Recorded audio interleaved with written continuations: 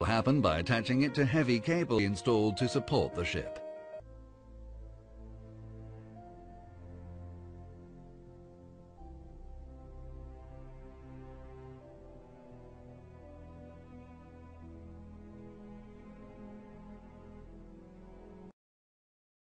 So that it could be made into an artificial reef about 2 years ago, and it's been under preparation since then. What they have is a number of holes that are drilled right at the water line, and you may be able to see the wood patches right there, that when they get ready, what they're going to do is knock those wood patches off. That'll allow the water to come in, and it should go down quite quickly.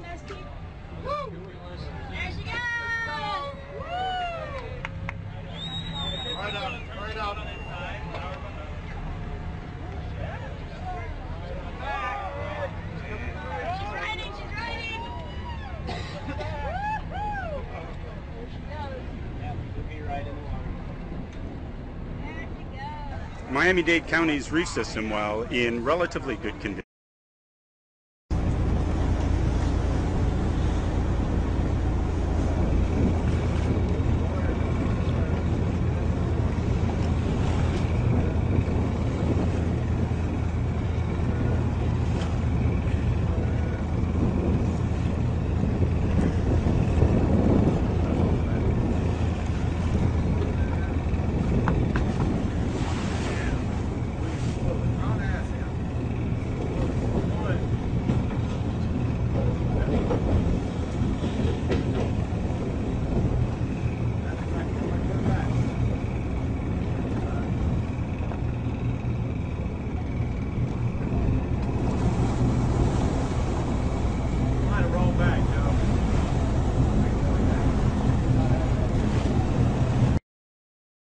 House, off eastern Singapore approaches.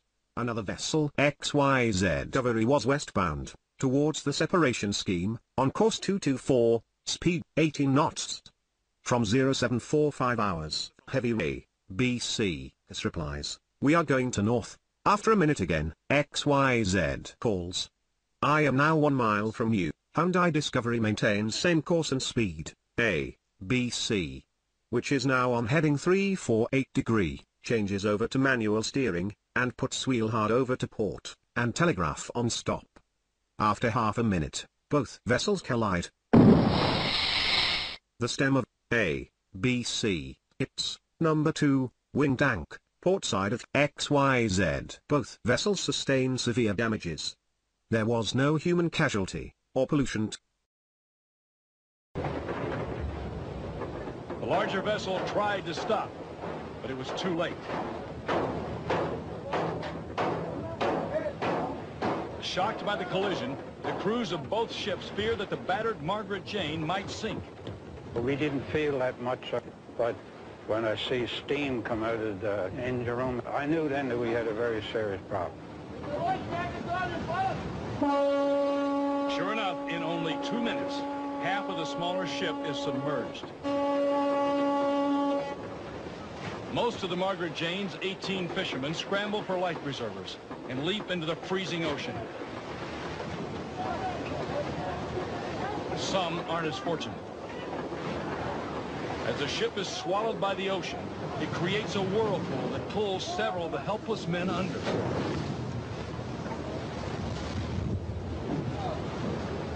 Fortunate sailors with flotation devices resurface. The Rena is in its death throes, according to one cabinet minister. The cargo ship responsible for what's been labeled New Zealand's worst ever environmental disaster is finally sinking. After months of being battered by heavy seas since it ran aground in October, it had split in two over the weekend. Salvage crews did manage to remove hundreds of containers and much of the oil aboard the vessel since it first got stuck on a reef. But floating debris aside, it was clear many containers and some oil remained. Maritime New Zealand said at least one boom has been put into place to try and keep any leaking oil from further fouling key beaches, and a wildlife response center is up and running once again to care for birds that may need rescuing. Volunteers will be out Wednesday looking for birds in trouble, and authorities are contacting people willing to help clean the shoreline as well. As for the ship itself, the bow, piled high with containers, was still afloat, but listing badly. The stern went under first, with the bridge entirely submerged. The water around the wreck was dotted with brightly colored buoys, marking containers so they could be more easily recovered later. The transport minister was insisting the wreck will have to be removed completely, but despite bracing for the worst, in the short term, one official was acknowledging authorities don't know exactly what will happen next. Karen Sloan, The Associated Press.